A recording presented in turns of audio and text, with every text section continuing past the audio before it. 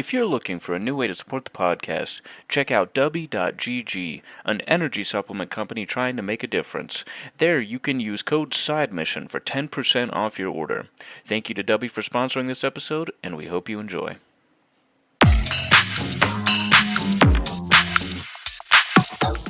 Welcome into the newest episode of Side Mission.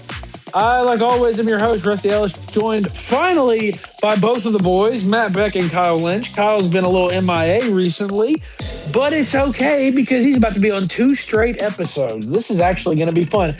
First, the game that we're talking about today, High on Life 2. And Kyle, I think it's safe to say, Matt, you probably were the same. I think all three of us were looking forward to this game and had relatively high expectations for this game.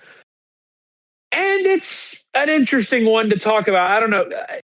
This is a game that I look at and I say that there absolutely were multiple improvements. I thought that there was a lot that this game improved on from the first one, but there were still some head-scratching decisions, some head-scratching mistakes, and ultimately I came away from this game feeling, and I'm just speaking for me, not speaking for either of you, I came away feeling a little disappointed from this game. Kyle, you liked the first game a lot, so much that you platinumed it when it came out on PlayStation. You platinumed that, right? Okay, yeah, I thought I remembered that correctly. I thought the first game was really good, and I thought that for what it was, it worked. The biggest issues was just that the humor was a little overbearing. I've jokingly and not so jokingly, I've not so jokingly said the first game, guaranteed, I'm never going to watch an episode of Rick and Morty. It guaranteed that I'm never going to do that. Like, I hate to say it, that is just not my kind of humor anymore. But Kyle, I felt like the first thing this game did really well in improving from the original, I felt like the humor was toned down significantly and it was much less in your face this time. I also really appreciated the fact that they didn't make it.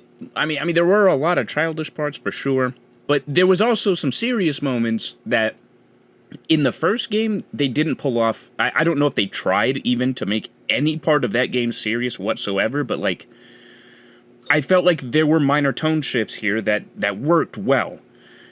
I don't know, like you said, it was a lot better in this game. I do think that the talking, I get you can turn down the guns, you can turn down the enemy chatter, but you cannot turn down the NPC chatter, especially when, as in replaying the game, you cannot skip cutscenes. And some of these NPCs just have the longest dialogue, and it's kind of annoying. I get that's their kind of humor, but I don't think it works very well. It didn't work very well in the first game.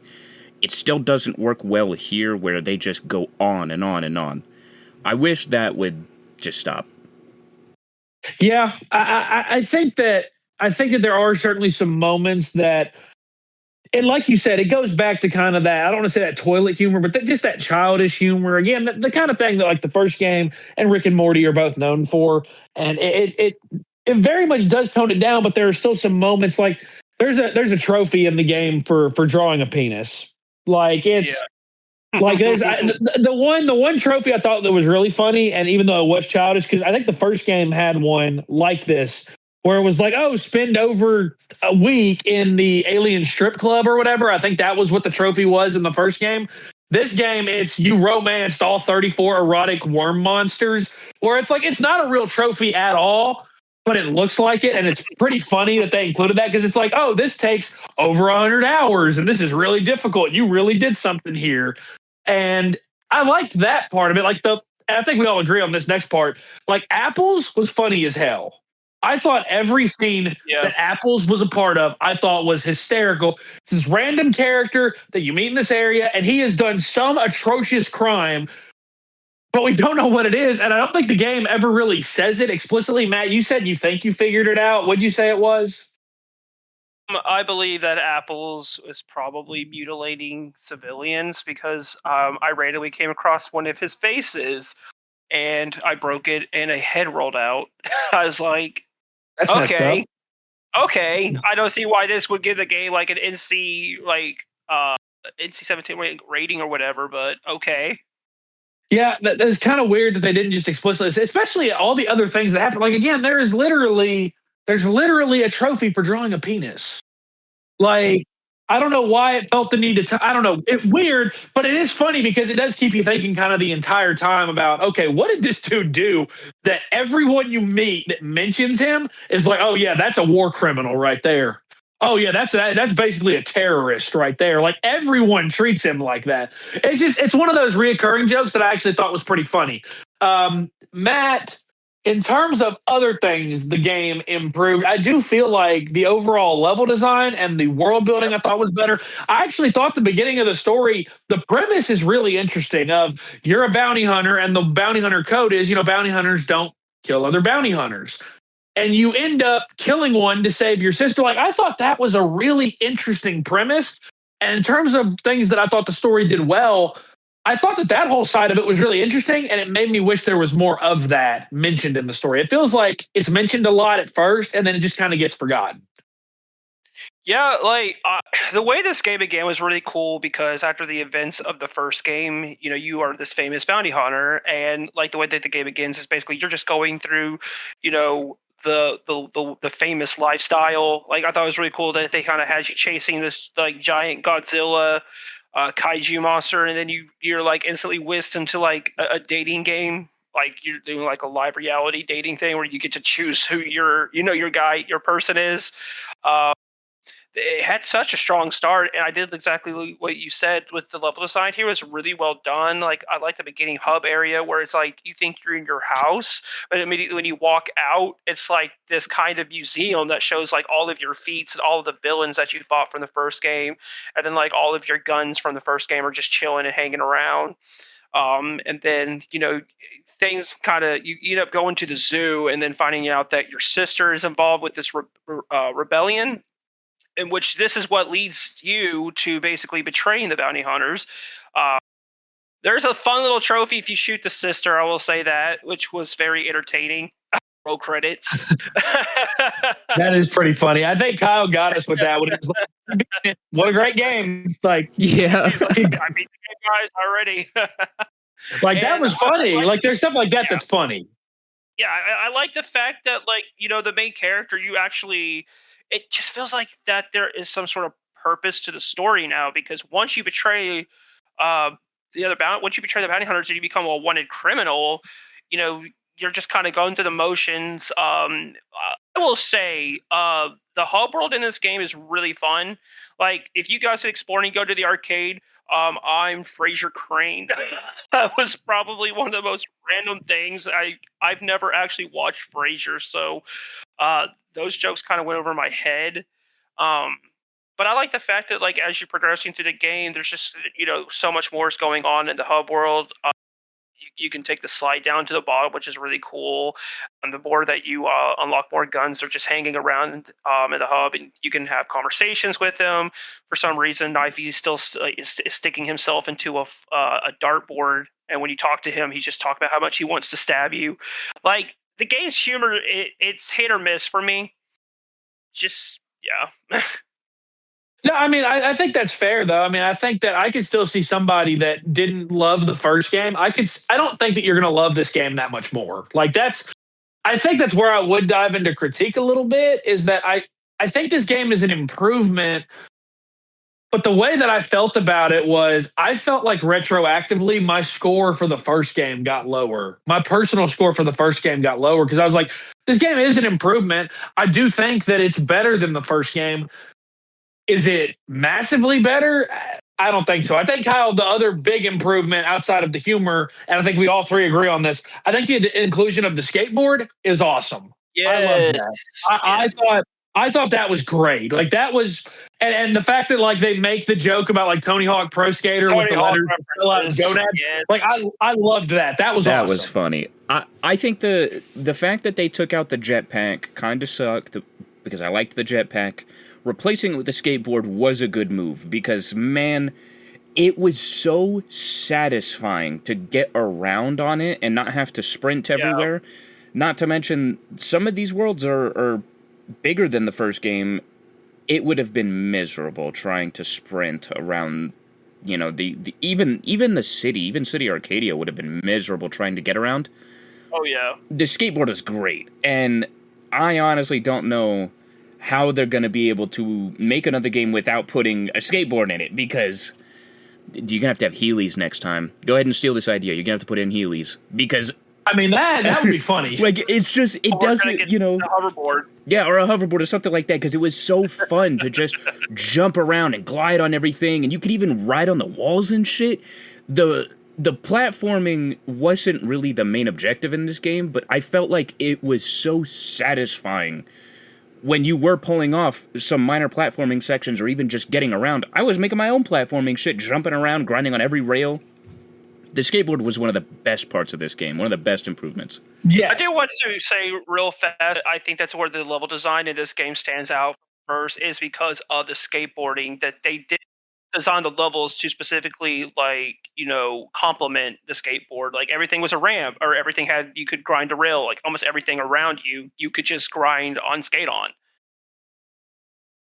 Yeah, I mean, I thought that was interesting. I do think that makes the gameplay a lot more fun, because as I dive a little bit more into critiques, I think whereas the skateboarding and the traversal and the platforming is really, really solid, I don't know, maybe I'm alone here. I just thought the gunplay was a little lackluster. I thought it was just kind of okay. And I thought that the new guns, personality-wise, they were cool. They were funny. They had their moments, like you get the bow and arrow, and like there's this joke about him looking like Jar Jar Binks, and then you meet a doctor named Jar Jar Binks and act like him. And he has no idea like what you're talking about, when like the guy's like, "Oh, Jar Jar Binks, I've been waiting to meet you," and he's like, "What are you talking about?" Yeah, that was good. Like that, like that's like there's funny, but beyond that, like Sheath was a really cool design. Yeah, But did I find myself using him that much? Not No. really. Like, I don't know. Like, I kind of found myself like defaulting back to like Gus and Sweezy more often than anything else. And like Travis, I thought Travis was really cool, especially when you get to dual wield. I thought he was annoying as all hell. Like, that's the thing. Yeah. Like, at some point, I got tired of hearing about this dude's broken marriage. That's how I felt.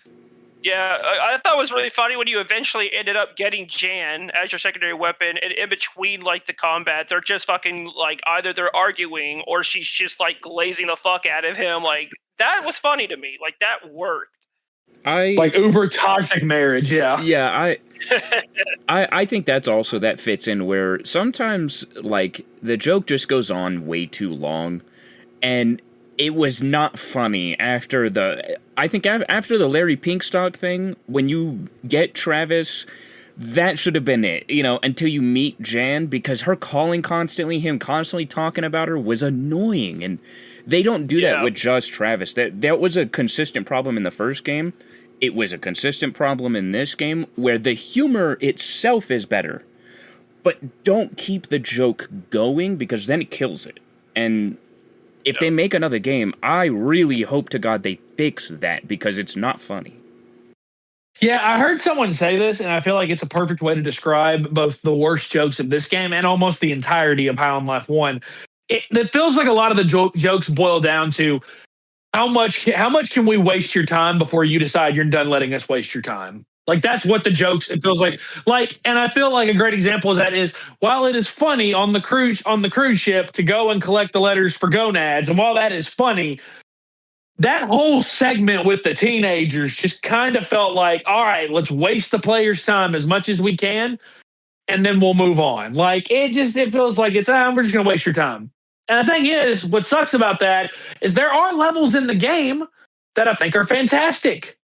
Like, I think that, like, the murder mystery dinner party on the cruise ship is awesome. I loved that. Yeah. I thought that was great.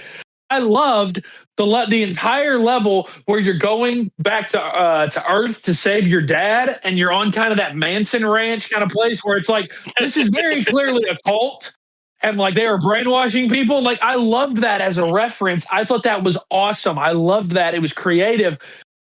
And I felt like there were an equal amount of levels where I won't remember them beyond us talking about them in this episode. I feel like that's like the level design. Yeah, like the high rise, I was just kind of like, like that when you go after the Blue Wizard, right? Mm-hmm. I don't know. I just kind of felt like that whole level.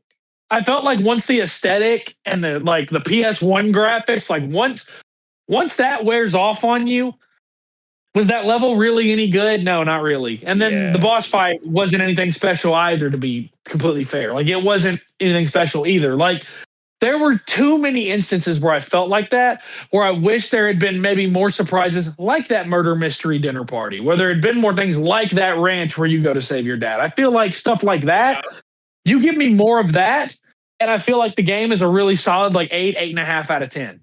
I feel like it's really, really good. I wanted more court cases. Hell no. None of us wanted that. I'm pissed as hell. I'm mad as hell that Kyle didn't have to sit through that, but me and Matt did. I legitimately might actually like watch a video or something, or I guess I'll probably see it in my replay. But it's infuriating. It's infuriating. I cannot believe we got two completely different forms of the ending. That's just like dumb as hell. Because mine was easy and it was quick, and then y'all's was just annoying and drawn out. Yeah. Yeah, I will say though, like when you are just sitting there and you're throwing crumpled paper into the basket, the judge's comments are actually really funny to me. He'll just interrupt like the court case or whatever. He'll just be, "Oh, that was a really good shot." Like, you know? Yeah, like that was funny. But you know what annoyed me, and this is stupid because I'm not going to platinum the game. But like, I made the shot and I didn't get the trophy for it. Yeah, same. I made the shot, like, so there's a shot. This is the sports side of me coming out. It references Kobe Bryant's court case that he had very early on in his career. And if you make a shot, supposedly the name of the trophy is Kobe, like, because that's what everyone would say when we were kids, throwing like a wadded up crumpled piece of paper into like a trash can.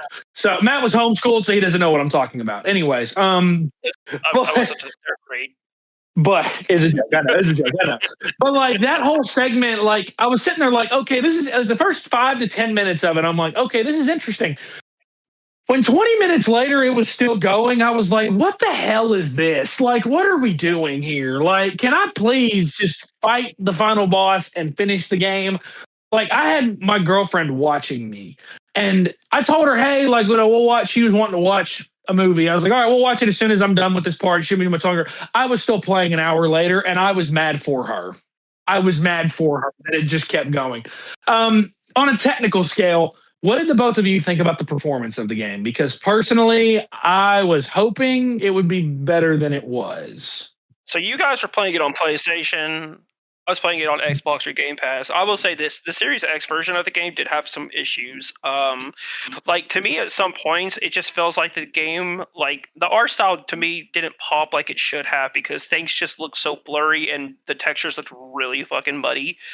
So I don't know if that's just the Series X version, and then others, yeah. Well, but that was most of my complaints, other than some of the bugs that prevented me from getting certain like achievements unlocked, like we just talked about with the court case. Yeah, I actually the only like graphical performance issues I had. I had quite a few game breaking issues where I had to reset, or where I would, not be able to progress. This game's performance wasn't great. It was not optimized great. There were a lot of glitches that I ran into and bugs that made me have to redo the area. Or what would really piss me off is sometimes I'd get this bug where I couldn't continue an NPC's dialogue that I needed to, and I'd have to during the murder mystery investigation, it would not let me talk to one of the characters, and I was like, dude, I need to talk to you so I can get more information. So I had to reset that whole thing. It was annoying. I don't like when you drop a game and it has bugs that literally prevent you from progressing. That's to the point to where I think that you're going to lose points on my score. Yeah, Kyle, you mentioned you had a couple other like real complaints. I'm curious because the thing is, we have not talked a lot about this game since we all beat it a couple of now going on maybe 3 or 4 weeks ago. What else stuck out to you in terms of like what were your biggest gripes? One of my biggest gripes was the lack of new enemy variety. I thought it was funny that they reused the G3 cartel and called them good guys. But I would have liked to see more than just 1 or 2 other factions, and to be honest, after a certain point, it felt like I was just fighting the same enemies from the first game, but in different skins. Yeah. And another thing, a really, really big complaint I have, is that during the intro of the game, when you're fighting that big ass monster, they make it a whole point to show off their entire flesh system and how, like, when you're shooting it, you know, different flesh will come off and reveal muscle and, like, bone underneath. The teeth were breaking. They were very clearly showing they're running better software than they were the first time. These enemies have not just an outer layer of skin, but it's something that we saw Doom 2016 kind of do first, and everybody's done it since. But I like that. I like that, you know, when you shoot an enemy, you see their skin come off, and then underneath again you see bone, like, and then they never use it. They don't use it at all. Name one enemy that you saw that used on, because they were all clothed. That's true. It made no sense why you even built that system for the enemies if you were never going to show us, like, because all the enemies were wearing clothes and you didn't really fight any big monsters that showed that again. I feel like that was done very early on, and then they completely forgot about it because they were too ambitious. Yeah, I mean, it's one of those, would that have made the gameplay better? I think so. I think it would have made it more detailed. I don't think that would have hurt it at all. It would have made it visually appealing. I just hate that they added it and made a big deal about it in the beginning, and then you never really see it again. There's no enemies that really show it. And it's like, well, then why'd you have that whole sequence with the boss fight in the beginning showing up close, you know? Yeah, I know, I agree. It feels very wasted almost. Matt, what stuck out to you? Like, what were some of your biggest gripes that we haven't talked about yet? I'll say one of my biggest gripes, without like just really going into too many spoilers, is I feel like the final boss fight is so chaotic. Like the first section of it, I thought was fine. It was just your typical, boss flying around the room shooting him. But then you get to that point where you're on the skateboard and it's just like this obstacle course of bullshit. Like having to, keep control of where you're going and aim your gun and then avoid things coming at you, all the while the actual, graphics themselves are just so fucking distracting. Like, it was so bad. Like, I could not focus and I kept falling off and dying. Like, I did not think that went well for me. Yeah, I think that the final boss fight, like, it's one of those that it just feels like it just kept dragging on and on and on and on. And it's very frustrating because it feels like, again, like the glitches, the performance, the technical issues, a lot of those for me is where the boss fight is where a lot of those reared their heads, is where I very clearly am like trying to grapple to these lines or jump to these lines, these rails to avoid enemies and to avoid damage. And constantly I felt like I was just falling through and having to redo multiple sections over and over when I really felt like I shouldn't have had to. So that was very frustrating for me. And I think that the final boss fight, it is very, very, you're either going to like it or you're not. There's no real in between. And I personally, I didn't like it at all. And especially after the whole court stuff, that didn't make it any better. I was already jaded and I was already just like, I'm ready to be done with this. The other big story element that I guess I'm kind of confused on, and Kyle, you've played the first game a lot more than me and Matt combined, so you might be able to help me out here. I'm just trying to understand when the fuck we decided to give a shit about Lizzie.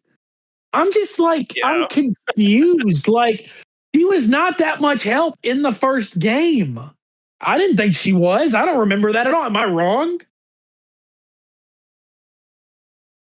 I think that she was honestly a very minor character in the first game, which is weird that she'd become a main character in this one. Like, I don't know, it felt like for some reason they just felt the need to make because, like, I don't know, in the first game, you don't really have another main character. It's just you, Jean, and your guns. But like here, they tried to make them kind of like, oh, she's like the second main character. Like, oh, we want to focus a lot on her and make it part of her story. But I don't know. It felt like she was kind of just a nuisance, to be honest. And they didn't make her very likable until like the very end. And even then, I was like, I didn't like you in the first game. I really didn't give a shit about you most of this game.